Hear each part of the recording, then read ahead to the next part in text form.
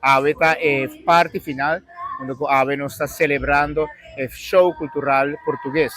Ave seguramente está una noche llena de hope y orgullo, pasó el mensaje con nuestra 13 delante como luz urbano, está un legado de fuerza y tradición. Seguramente nos está creciendo el legado onde que nos mayornan aqui na Aruba, assim aqui, para começar uma vida nova. E essa aqui é parte que nos está representando uma cultura llena com baile, música, canto, poesia, e essa nos também tem aqui banda de corso que vem acompanhar-nos para trazer música portuguesa. Sem agradecer, tu restam a contribuir e ajudar conosco. Seguramente me quero avisar thank you, obrigado, na maior ranco a participar na Yunan, o grupo folclórico Primavera, a banda musical Primavera, diretiva completo, e seguramente de Hopi, outros sponsors não para agradecer, pero que não está Hopi a mencionar, pero seguramente de coração, me quero agradecer para ajudar-nos, para ser que nos passa a noite aqui, uma bonita e seguramente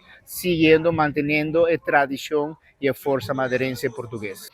Me improvisava que a geração promete chega não tem Hopi mais.